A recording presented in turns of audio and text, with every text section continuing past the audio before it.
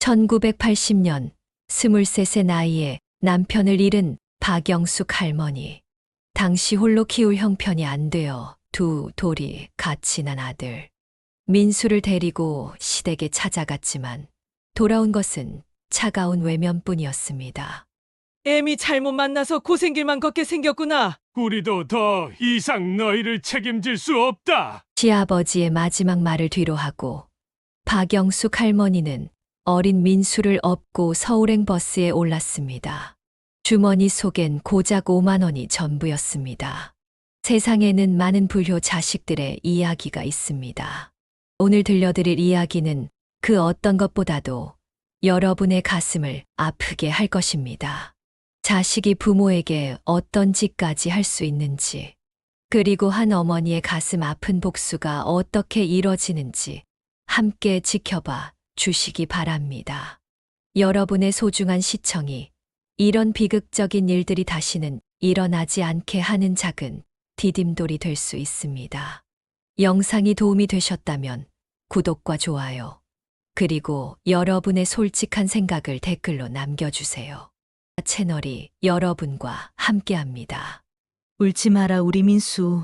엄마가 꼭 잘 키울게. 대학도 보내주고 너는 꼭 좋은 회사 들어가서 멋진 양복 입고 다닐 거야. 서울 청량리 시장 골목, 그곳에서 박영숙 할머니의 고단한 삶이 시작됐습니다. 처음에는 과일 좌판을 보조하는 일로 시작했습니다. 새벽 3시면 어김없이 민수를 업고 도매시장으로 향했고 밤 11시가 되어서야 겨우 일을 마칠 수 있었습니다. 아줌마, 애기 업고 일하기 힘들 텐데 여기 골목 안쪽에 작은 방 하나 있어요. 월세는 천천히 주셔도 됩니다. 시장 안 한 구석의 단칸방, 화장실도 없는 그곳이 모자의 첫 보금자리가 되었습니다. 엄마가 늦게 들어와도 울지도 않고 혼자서도 잘 놀고 우리 민수 최고야. 퇴근길에 사온 작은 붕어빵 하나를 들고 환하게 웃는 민수를 보며 박영숙 할머니는 하루의 고단함을 털어냈습니다. 3년이 지나자 박영숙 할머니는 자신만의 과일 좌판을 열 수 있게 되었습니다. 시장 상인들은 그녀의 성실함을 알아봤고 도매상들은 그녀에게 외상으로 물건을 내주는 것을 마다하지 않았습니다. 민수야, 오늘은 엄마가 처음으로 혼자 가게를 열었어. 이제 우리도 좀 더 여유롭게 살 수 있을 거야. 하지만 그것도 잠시. 민수가 초등학교에 입학하면서 사교육비는 박영숙 할머니의 어깨를 무겁게 짓눌렀습니다. 우리 민수 다른 애들처럼 학원도 보내고 싶은데 엄마가 좀 더 열심히 할게. 그렇게 시작한 것이 새벽 야채 장사였습니다. 과일 가게를 마감하고 나면 다시 도매시장으로 가 새벽 배달 물건을 받아 인근 식당과 가정집에 배달했습니다. 잠은 하루 3시간이 전부였습니다. 하지만 민수의 성적표를 받아들 때면 그 모든 고단함이 눈 녹듯 사라졌습니다.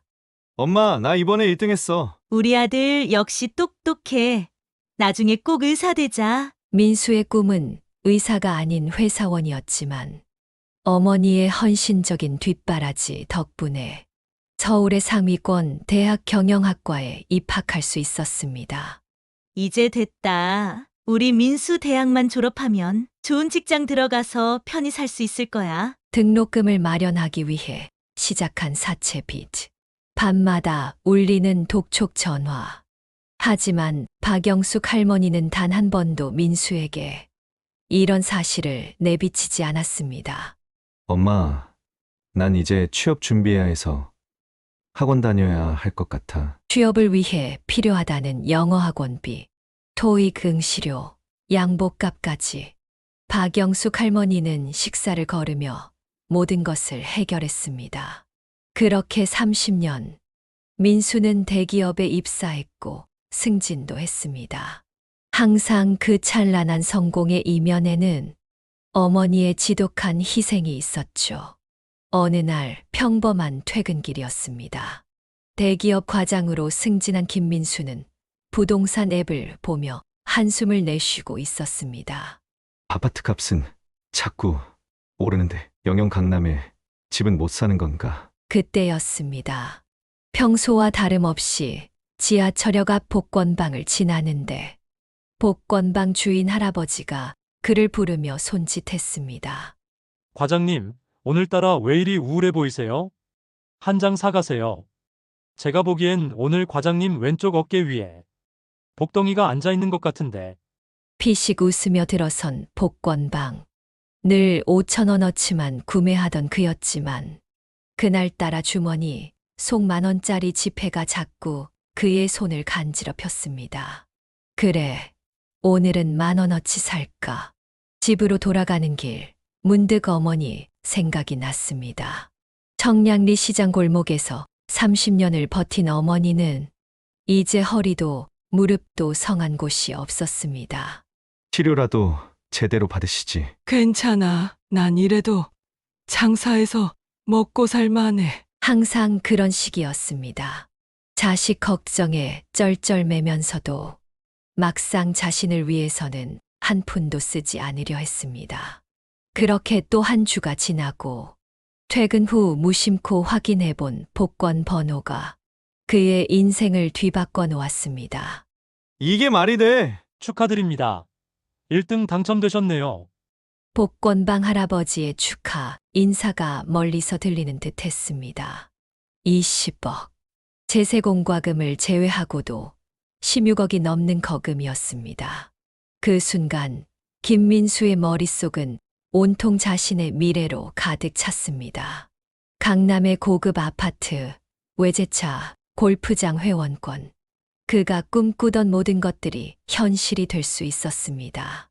이제 정말 잘 살 수 있겠구나. 하지만 그의 기쁨 속에는 자신을 키워준 어머니를 위한 자리는 없었습니다. 오히려 어머니의 존재가 거슬리기 시작했습니다. 어머니가 계속 저렇게 시장에서 장사하시면 내가 사는 동네에서 누가 볼까봐 창피할 것 같은데. 당첨금을 받은 다음 날, 그는 어머니에게 전화를 걸었습니다. 어머니, 제가 이번에 좋은 요양원을 알아봤어요. 어머니, 이제 그만 쉬세요. 매일 그렇게 고생하시지 말고. 전화기 너머로 들려오는 어머니의 떨리는 목소리. 난 아직 일할 수 있어. 요양원은 무슨, 난 내 새끼 얼굴이라도 보며 살고 싶은데. 하지만 김민수의 마음은 이미 돌아선 뒤였습니다. 30년간의 모자지간의 정도, 어머니의 헌신도, 그 모든 것이 20억이라는 숫자 앞에서 맥없이 무너져 내렸습니다. 그렇게 가게 된 요양원에서의 첫날 밤, 박영숙 할머니는 한숨도 자지 못했습니다. 창밖으로 보이는 달빛에 젖어 그녀는 조용히 서랍을 열었습니다. 오래된 지갑 하나, 그 안에는 30년 동안 모은 그녀만의 비상금이 있었습니다. 매일 밤 과일 장사를 마치고 몰래 모아둔 돈, 사과 1개, 배 1개씩 따로 팔아 모은 돈, 3억 5천만 원. 민수야, 내가 이렇게 나올 줄 알고 엄마가 준비했다. 떨리는 손으로 전화기를 들었습니다. 수첩에 적어둔 번호를 하나씩 눌렀습니다. 여보세요? 김 변호사님, 제가 청량리 시장에서 과일 파는 박영숙입니다. 아, 박영숙 여사님. 30년 단골이시지요? 무슨 일이신지. 변호사님, 제 아들놈 좀 혼내줘야 할 것 같습니다. 다음 날 아침, 김민수는 출근길에 한 통의 전화를 받았습니다. 김민수 씨, 안녕하세요. 저는 서울중앙지방법원 가사조정위원 박태준입니다. 네, 무슨 일이시죠? 어머님께서 상속자 사전 유류분 반환 청구를 신청하셨습니다. 복권 당첨금 중 법정 상속분의 반환을 요구하시는데. 김민수의 얼굴이 창백해졌습니다. 네, 무슨 소리죠? 그건 제가 당첨된 거라. 김민수 씨, 어머님이 제출하신 증거에 따르면 해당 복권은 어머님 소유의 가게에서 어머님이 주신 용돈으로 구매한 것으로 확인됩니다. CCTV 영상과 복권방 주인의 증언도 있고요. 그날 저녁 김민수는 황급히 요양원으로 향했습니다. 하지만 어머니의 침대는 비어 있었고 침대 위에는 한 장의 편지만이 놓여 있었습니다. 민수야, 엄마가 30년 동안 너를 키우면서 단 하루도 내가 잘못될까 떨지 않은 날이 없었다. 근데 결국 엄마가 잘못 키웠나 보구나. 이제 와서 보니 너무 늦었지만 엄마가 너를 다시 한번 제대로 가르쳐야겠어. 편지 끝에는 어머니의 변호사 연락처가 적혀 있었습니다. 그리고 그 아래에는 청량리 시장 상인들이 몰래 찍어둔 지난 30년간의 영수증들이 가지런히 정리되어 있었습니다. 매일 과일 좌판을 보태준 대가로 받은 돈, 새벽 배달을 했던 기록, 모두가 증거가 될 수 있는 것들이었습니다. 김민수는 그날 밤 처음으로 무릎이 떨렸습니다. 어머니가 남긴 증거들은 너무나 완벽했습니다. 청량리 시장 상인들의 증언, 영숙이가 매일 새벽 3시부터 밤 11시까지 일했다는 걸 우리가 다 증인이지. 저 아들내미 대학 등록금 낼 때 영숙이가 얼마나 발버둥 쳤는지. 복권방 주인의 증언, 그날 분명히 박영숙 씨가 아들 용돈으로 주신 돈으로 산 복권이에요. 매주 아들 준다고 복권 사가시던 분이 그리고 결정적인 한 장의 통장 사본.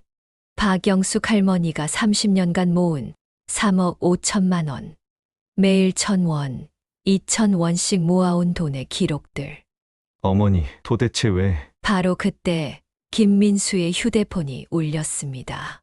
발신자 표시에는 어머니라고 떠 있었습니다. 민수야, 어머니. 이제 좀 알겠니? 엄마가 얼마나 너를 사랑했는지. 어머니의 목소리는 의외로 평온했습니다. 네가 복권에 당첨됐다는 소식을 들었을 때 엄마는 정말 기뻤어. 우리 아들, 이제 고생 안 해도 되겠구나. 그렇게 생각했지. 근데 너는 날 요양원에 버리기로 했더구나. 어머니, 제가 잘못했습니다. 제발. 아니, 아직 멀었어. 네. 나를 버린 요양원 알아봤더니 불법 운영이더구나. 소방법 위반, 노인복지법 위반. 날 버린 그곳이 뉴스에 나오면 어떨까? 김민수의 등줄기로 식은땀이 흘렀습니다. 대기업 과장이라는 그의 지위. 한순간에 무너질 수 있는 일이었습니다. 그리고 회사 지인들한테 이 이야기가 전해지면 어떨까? 효도하는 이미지로 승진했다던 너인데. 어머니, 제발 그러지 마세요. 엄마가 아들아, 이제 시작이야. 엄마가 30년 동안 당신 키우면서 배운 게 하나 있다면 사람이 변하는 건 하루아침에 되는 게 아니라는 거야. 전화가 끊겼습니다. 그리고 바로 다음 날, 김민수의 책상 위로 한 통의 내용 증명이 도착했습니다. 긴급 노인복지법 위반 요양원, 입소 관련 손해배상 청구, 발신인 법무법인 정의로, 담당 변호사 김현우.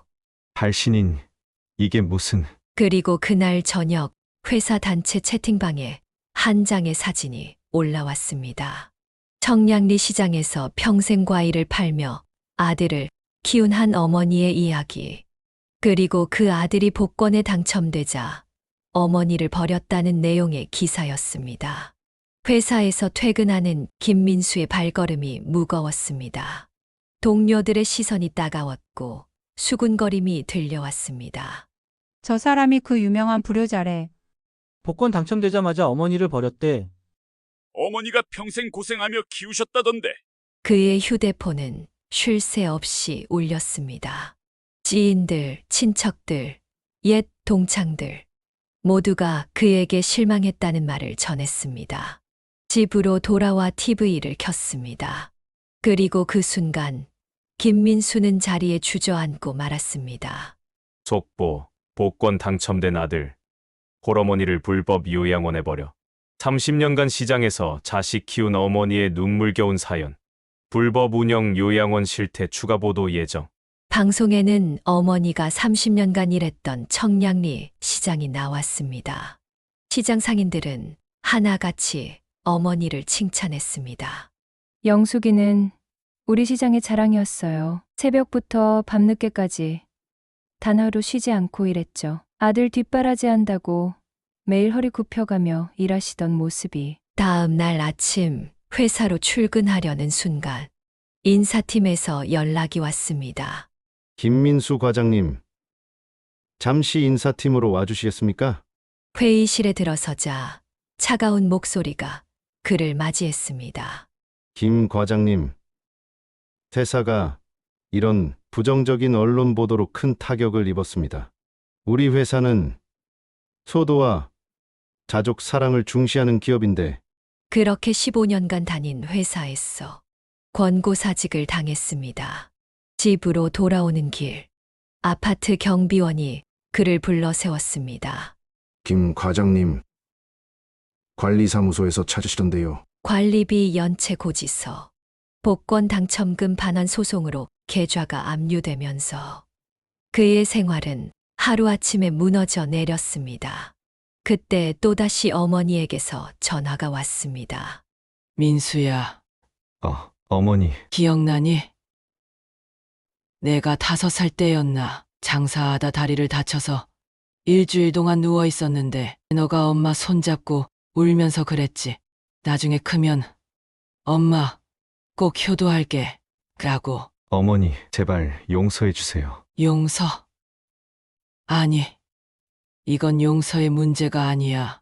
엄마는 그저 내가 다시 한번 새 사람이 되길 바랄 뿐이야. 그렇게 몇 달이 지났습니다.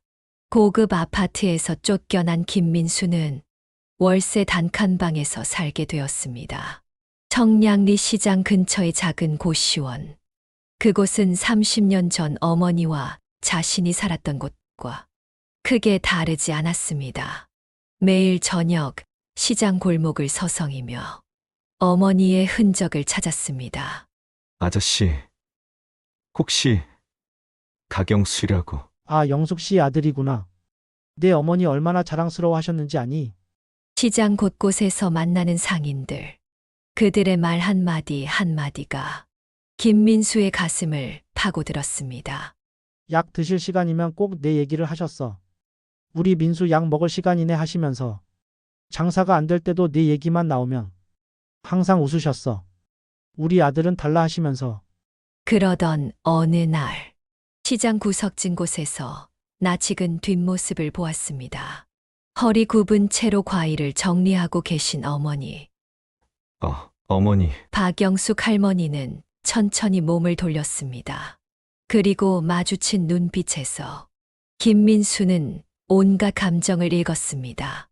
민수야. 무릎을 꿇은 채 흐느끼는 아들을 보며 박영숙 할머니는 잠자코 기다렸습니다. 어머니, 정말 죄송합니다. 이제야 알겠습니다. 뭘 알았다는 거니?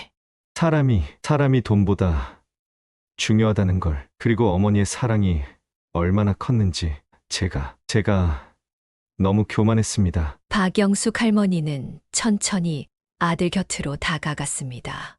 일어나라. 사람들 다 보겠다. 아니요, 이렇게라도 있어야 할 것 같아요. 저는 이제 어떻게 해야 할지.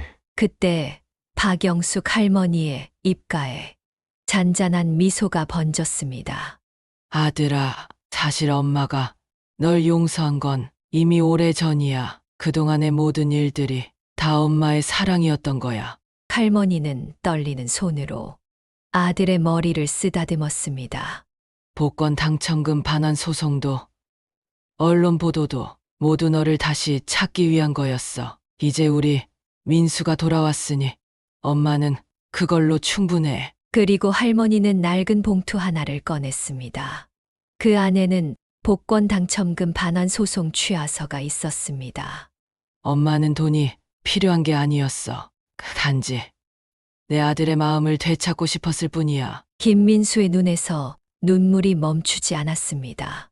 이제부터 우리 다시 시작하자. 내가 회사 잃고 집 잃고 모든 걸 잃어버린 것 같지만 사실은 가장 소중한 걸 되찾은 거야. 이후 김민수는 시장 한편에 작은 과일 가게를 열었습니다. 어머니가 평생 일구어온 그 자리에서 이제는 자신이 어머니를 모시며 장사를 시작한 것입니다. 어서 오세요. 좋은 과일 많이 있습니다. 그의 외침은 어머니의 그것과 똑같았습니다. 주름진 손으로 과일을 고르시는 어머니를 보며 김민수는 매일 감사함을 느꼈습니다. 복권으로 얻은 20억은 사라졌지만 그는 인생에서 가장 값진 것을 얻었습니다. 돈으로는 절대 살 수 없는 것. 마무리 바로 어머니의 사랑이었습니다. 여러분, 오늘 이야기 어떠셨나요? 때로는 인생에서 가장 큰 축복이 돈이나 성공이 아닌 우리 곁에 있는 소중한 사람일 수 있습니다. 부모님이 계신 분들은 오늘 저녁 잠시 시간을 내어 오늘 감사의 마음을 전해보는 건 어떨까요? 그리고 혹시 지금 부모님과 갈등이 있으신 분들이 계시다면 지금이라도 먼저 연락해 보세요. 세상에 그 어떤 부자도 부모의 사랑보다 더 큰 재산을 가진 사람은 없다고 합니다. 여러분의 하루에 작은 깨달음이 되었길 바랍니다. 구독과 좋아요, 댓글 남겨주시면 더 좋은 사연으로 여러분께 감동을 전하겠습니다. 감사합니다.